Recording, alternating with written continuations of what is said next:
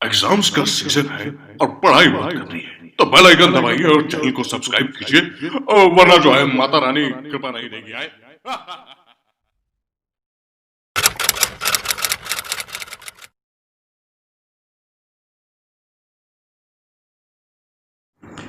इस वीडियो में हम प्रूफ करने वाले हैं कि √2, √3 एंड √5 आपके जो है इरेशनल नंबर है।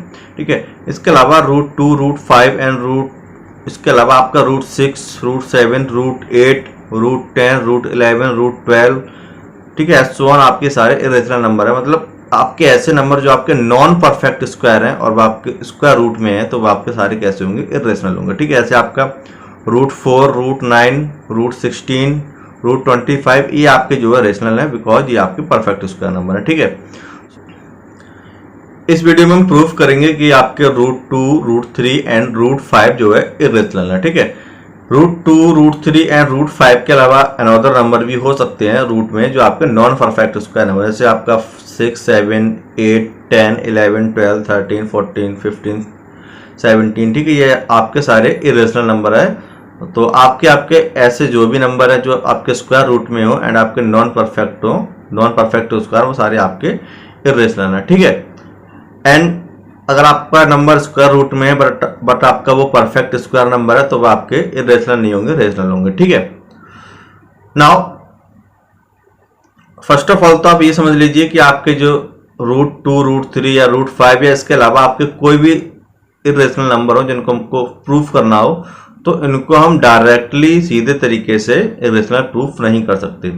इसके लिए हम क्या करते हैं, जब हमारा कुछ भी काम सीधा नहीं होता तो उसको उल्टा करते हैं। ठीक है, तो इसके लिए हम क्या करते हैं, इनको इरेशनल ना लेके हम इनको रेशनल मानते हैं। ठीक है, हम मानते हैं कि हमारे जो है ये रेशनल नंबर है और फिर हम इनको as a rational number treat करते हैं। और जब आप इनको as a rational number treat करते हुए जाएंगे तो आपका एक पोजीशन ऐसी हो जाएगी कि आपका कंट्राडिक्शन हो जाएगा।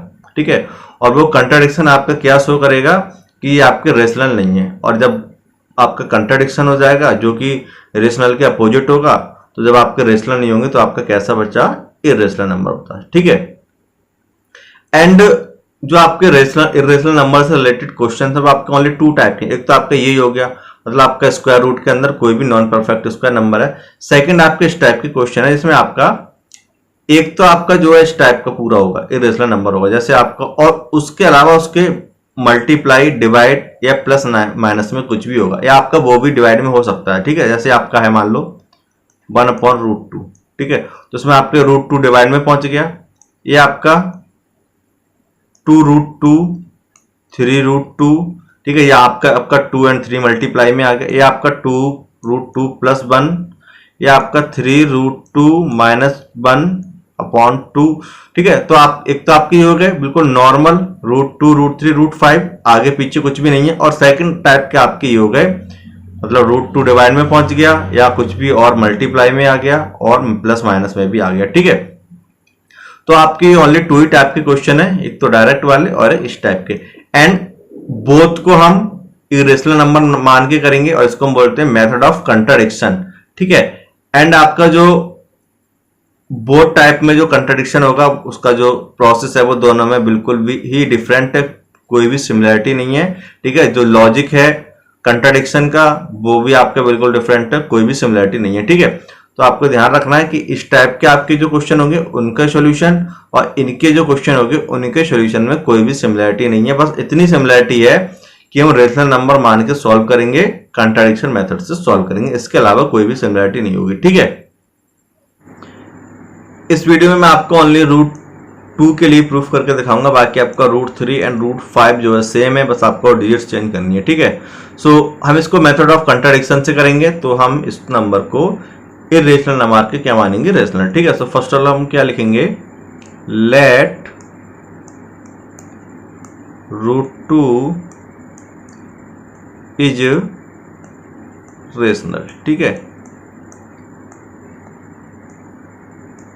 जो आपका √2 है वो एक रेशनल नंबर है। इसकी जगह आप पूरा भी लिख सकते हैं, let √2 is a rational number. ठीक है, मैंने ओनली लिखा है लेट √2 इज रेशनल। ठीक है, ये भी आपका अपने आप में कंप्लीट है।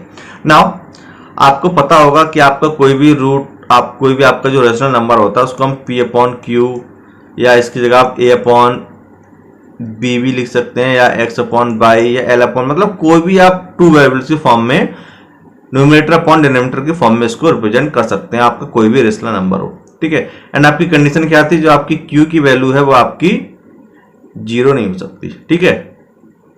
बाकी आपकी कोई भी इंटीजर हो सकती है, positive integer, negative integer. And so √2 को भी हम जो है P अपॉन क्यू की फॉर्म या A अपॉन बी में रिप्रेजेंट कर सकते हैं, बिकॉज √2 आपका कैसा है, एक रेशनल नंबर है, ठीक है। सो यहाँ पे लिखेंगे √2 इजिकल टू, हम P अपॉन क्यू ले लेते हैं, आप चाहे तो कोई भी वेरिएबल ले सकते हैं, ठीक है, A अपॉन बी भी ले सकते हो, तो मैंने लिख लिया P अपॉन क्यू, ठीक है। ये मैंने कहां से लिखा, आपका √2 रेशनल नंबर है, तो √2 को हम P अपॉन क्यू की फॉर्म में रिप्रेजेंट कर सकते हैं, ठीक है। तो ये आपका P अपॉन क्यू के इक्वल होगा। नाउ अब जो आपकी मोस्ट इंपोर्टेंट लाइन है वो ये है, वेयर आपके P एंड Q क्या है, where P and Q are coprime integers, ठीक। अब देखिए ये वाली जो आपकी लाइन है, ये सबसे मोस्ट इंपोर्टेंट लाइन है ये आपकी, और इसमें भी आपका ये जो को प्राइम वर्ड है ये मोस्ट इंपोर्टेंट है, बिकॉज आपका जो भी कंट्राडिक्शन होने वाला है इस मेथड में वो इसी को प्राइम का होगा, ठीक है। तो आप कुछ भी भूल जाए, बट ये मत भूलना लिखना को प्राइम, ठीक है। इंटीजर भूल जाओ, उसकी जगह नंबर भी लिख दोगे फिर भी चलेगा, बट आप ये को प्राइम नहीं बोलना है, ठीक है, बिकॉज जो कंट्राडिक्शन होगा वो इसी का होने वाला है, ठीक है। अब आप को प्राइम का मतलब समझिए, आपका को प्राइम का मतलब क्या होता है, आपके ऐसे नंबर्स जिनमें कोई भी कॉमन फैक्टर नहीं होता अदर देन 1। फॉर एग्जांपल आपके पास है 5 एंड 9, अगर आप 5 के फैक्टर करेंगे तो ओनली 5 आएगा, 9 के फैक्टर करेंगे तो 1 3 9, सॉरी इसका 1 भी होगा, ठीक है। तो देखिए इसमें आपका ओनली 1 कॉमन फैक्टर, तो आपकी कैसे होगा, को प्राइम होगा, ठीक है। देखिए को प्राइम में आपका प्राइम वर्ड आता, तो जरूरी नहीं है आपके दोनों नंबर को प्राइम ही हो, ठीक है। फिर आप प्राइम वर्ड से समझें कि दोनों प्राइम होने चाहिए। जैसे आपका 5 एंड 9, 5 आपका प्राइम नंबर है बट 9 आपका को प्राइम नंबर नहीं है, ठीक है। सो ऐसा कोई जरूरी नहीं है कि बोथ नंबर आपके प्राइम हो, बट उनमें 1 के अलावा कोई भी आपका कॉमन फैक्टर नहीं होगा। अदर एग्जाम्पल है 16 25, इनमें भी 1 के अलावा कोई कॉमन फैक्टर नहीं होगा। हमने लिया आपका 10 एंड 15, इनमें आपका कॉमन फैक्टर हो जाएगा 5, ठीक है। तो ये आपके को प्राइम नहीं है, ठीक है। तो ये आपको ध्यान रखना है कि आपके ऐसे नंबर जो किसी भी कॉमन नंबर से डिविजिबल नहीं हो वो आपके कैसे होते हैं, को प्राइम, ठीक है।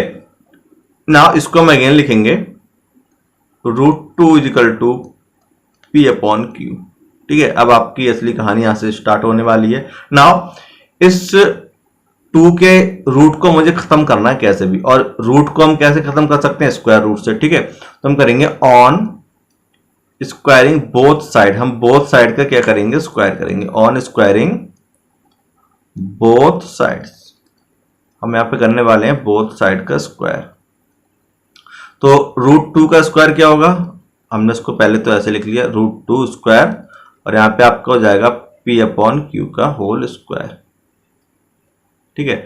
नाउ √2 का स्क्वायर क्या होगा, √2 स्क्वायर का मतलब है आपने √2 की मल्टीप्लाई की है 2 टाइम, ठीक है। तो ये आपका एक ही बार लग जाएगा स्क्वायर रूट, और ये आपका 2 इंटू 2 हो जाएगा। 2 इंटू 2 का मतलब आपका हो गया 4, ठीक है। और 4 का आपका 4 का स्क्वायर रूट क्या होता है, 2, ठीक है।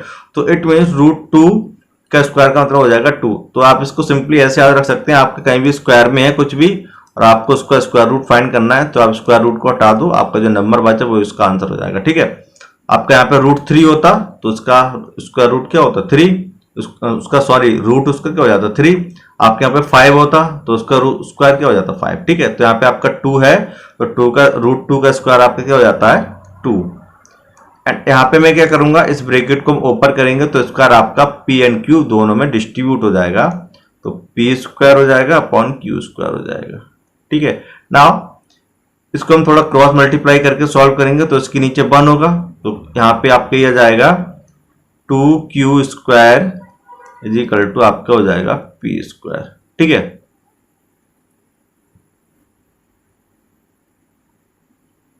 आपका आ गया था 2Q square is equal to P square, ठीक है। ना इस 2 को मैं डिवाइड में पहुंचाऊंगा, ठीक है। तो आपका हो जाएगा यहां से Q square is equal to P square upon 2, ठीक है।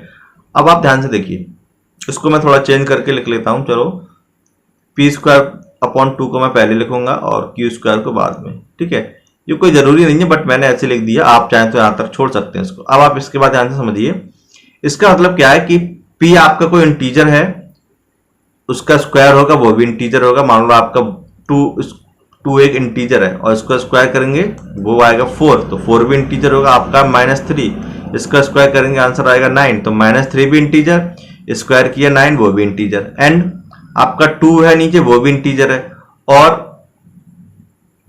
अगर आप एक इंटीजर के स्क्वायर को किसी भी अदर इंटीजर से डिवाइड करें, फॉर एग्जांपल मैंने 4 इंटीजर लिया, उसका मैंने स्क्वायर किया, आ जाएगा 16, और 16 को मैंने किसी अदर इंटीजर से, फॉर एग्जांपल मैंने 2 से डिवाइड किया, तो आपका आंसर हो जाएगा 8।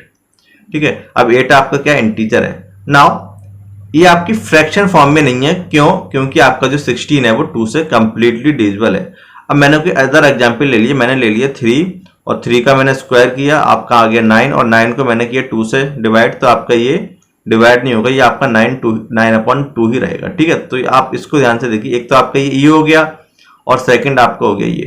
तो इन दोनों में मेन डिफरेंस क्या है कि ये तो आपका कंप्लीटली डिविजिबल है, बट ये आपका कंप्लीटली डिविजिबल नहीं है। ठीक है, अब आप यहाँ पे देखिए, क्यू आपका क्या था, इंटीजर था।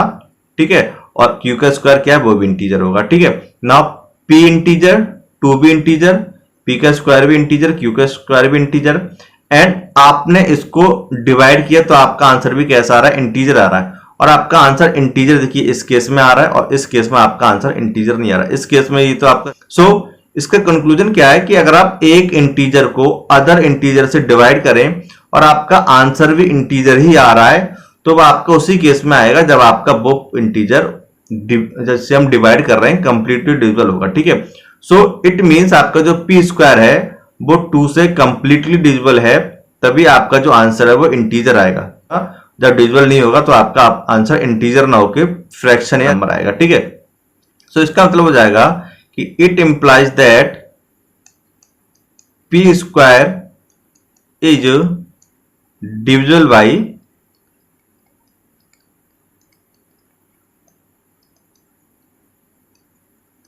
2। ठीक है, इसका क्या मतलब होगा कि आपका जो पी स्क्वायर है वो 2 से डिविजिबल है, और डिवाइड करने पर आपका आंसर जो है वो क्यू स्क्वायर आएगा, जो कि आपका एक इंटीजर होगा। ठीक है, नाउ अब सेकंड थिंग क्या है, मान लो हमारे पास एक कोई नंबर था, अब हमारे पास 3 था, जब 3 था तो 6 ले लो आप। ठीक है, हमारे पास 6 था, 6 का स्क्वायर क्या हो गया 36, और 36 को हमने 2 से डिवाइड किया तो आपका आ जाएगा 18। ठीक है, तो इसका स्क्वायर जो है 2 से डिविजिबल है, तो ये भी आपका 2 से डिविजिबल होगा। अनदर एग्जांपल हम लेते हैं, हमारे पास है 15 का स्क्वायर किया 225। अब 225 आपका 5 से डिविजिबल है, तो आपका 15 भी 2 से डिविजिबल होगा। इट मींस अगर आपका कोई नंबर किसी नंबर का स्क्वायर किसी नंबर से डिविजिबल है, तो उस नंबर का जो स्क्वायर रूट होगा वो भी डिविजिबल होगा। ठीक है, तो जब आपका पी स्क्वायर 2 से डिविजिबल है तो आपका पी भी कैसा होगा, 2 से डिविजिबल होगा। So it implies that P is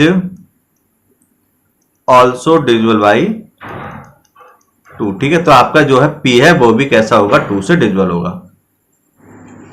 अब देखिए, आपने जब पी स्क्वायर को डिवाइड किया 2 से तो आपका इंटीजर आया था क्यू स्क्वायर। अब सेम जब पी आपका जो है 2 से डिविजिबल है, तो जब हम पी को डिवाइड करेंगे 2 से तो आपका कोई ना कोई इंटीजर आएगा। तो हम क्या करेंगे, उस इंटीजर को कुछ मान लेंगे, हमें पता नहीं वो इंटीजर क्या होगा। ठीक है, तो उस इंटीजर को हम कुछ भी अज्यूम करेंगे, तो आप उसको ए बी सी डी मतलब पी और क्यू के अलावा आप उसको कोई भी वेरिएबल अज्यूम कर सकते हैं। ठीक है, तो वो मैंने मान लिया सी। ठीक है, हम लिखेंगे let P upon 2 equal to C, और आप ये आपका सी कहां से आया, ये एक वेरिएबल है, आप कोई भी वेरिएबल ले सकते हैं सी के अलावा। ठीक है, बस आपका पी और क्यू ना हो, बिकॉज हम वो पहले से अज्यूम कर चुके। ठीक है, ये आपका कैसे आ गया कि आपका जब पी स्क्वायर 2 से डिविजिबल था तो आपका इंटीजर क्यू आ रहा था, तो सेम जब पी 2 से डिविजिबल है तो डिवाइड करेंगे तो कोई ना कोई हमारा आंसर जो है वो इंटीजर ही आएगा। ठीक है, नाउ अब इस को हम थोड़ा सा सॉल्व करेंगे, तो यहां से आपका आ जाएगा p इक्वल टू 2 को आप इधर पहुंचा दो। ठीक है, तो ये आपका डिवाइड से मल्टीप्लाई में पहुंच जाएगा, तो आपका हो जाएगा 2c। ठीक है, नाउ p की इस वैल्यू को आप इसमें पुट कीजिए। ठीक है, तो हम यहाँ पे लिख देते हैं इक्वेशन 1 में, यहाँ पे लिखेंगे put p equal to 2c in equation 1। ठीक है, पुट कीजिए वैल्यू, तो यहां से आपका हो जाएगा ये p की वैल्यू को 2c पुट करेंगे तो 2c का whole square upon 2 is equal to Q square. ठीक है, ये आपका हो जाएगा 2c का होल स्क्वायर हो जाएगा, ओपन करेंगे तो 4c square upon 2 is equal to Q square. ठीक है, यहाँ से आपको हो जाएगा 2 1 जा 2, 2 2 जा 4, यहां से आपका बचेगा 2c square is equal to Q square. ठीक है, अब सेम यहाँ पे ऐसे हमने 2 को डिवाइड में पहुंचाया तो यहाँ भी हम 2 को डिवाइड में पहुंचाएंगे। ठीक है, तो यहाँ से आपका हो जाएगा c square is equal to Q square upon 2। ठीक है, अब देखिए सेम ये वाली कंडीशन आ गई, इसको हम थोड़ा चेंज करके लिख देते हैं पहले की तरह, तो Q square upon 2 is equal to C square. ठीक, अब देखिए क्यू आपका इंटीजर, इसका स्क्वायर होगा वो भी इंटीजर, 2 से डिवाइड कर रहे हैं। ठीक है, और आपका सी इंटीजर, सी का स्क्वायर वो भी इंटीजर। ठीक है, सो इट मीन्स जब आप क्यू स्क्वायर को 2 से डिवाइड कर रहे हैं तो आप एक इंटीजर को आप डिवाइड कर रहे हैं और आपका आंसर भी इंटीजर आ रहा है। ऐसा केवल उसी कंडीशन में हो सकता है जब ये आपका कंप्लीटली डिविजिबल हो। अगर आपका ये कंप्लीटली डिविजिबल नहीं होगा तो आपका इंटीजर ना के कोई रेशनल नंबर होगा या फ्रैक्शन होगा। ठीक है, so it implies that, same इसकी तरह ही है आपका। ठीक है, so it implies that Q square is divisible by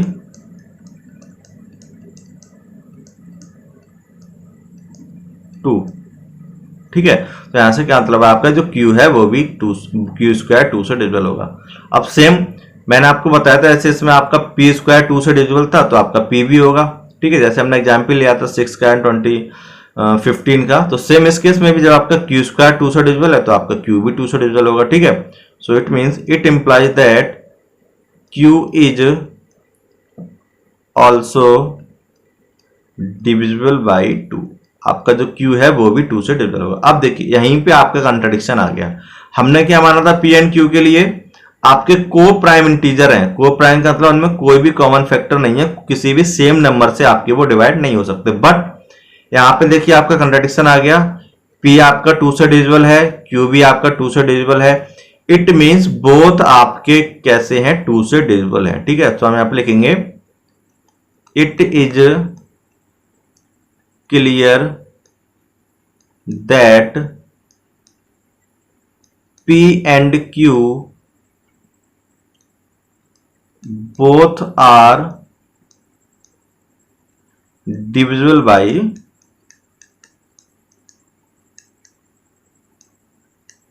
2। ठीक है, आपके p एंड q कैसे हैं, बोथ जो है 2 से डिविजिबल हैं। और यहीं पे हमारी कंट्राडिक्शन हो गई, हमने माना था कि को प्राइम है डिविजिबल नहीं होंगे। ठीक है, दैट इज अ कंट्राडिक्शन